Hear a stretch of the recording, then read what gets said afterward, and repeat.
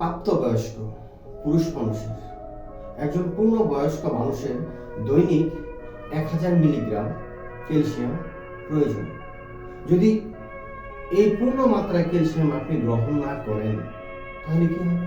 শরীর দুর্বল লাগবে, মনে বিষণ্ণতা তৈরি হবে, কামকাজে মনোযোগ বসবে না, শরীর ভালো লাগবে না, বিছানা থেকে সহজে উঠতে পারবেন না, হাত পা ব্যথা করবে, এই লাগবে সেই লাগবে, কত সমস্যা। এই পূর্ণ ক্যালসিয়ামটুকু আপনাকে খাবার থেকে দিতে হবে। যদি কম নেন ক্যালসিয়াম তাহলে কি করতে হবে?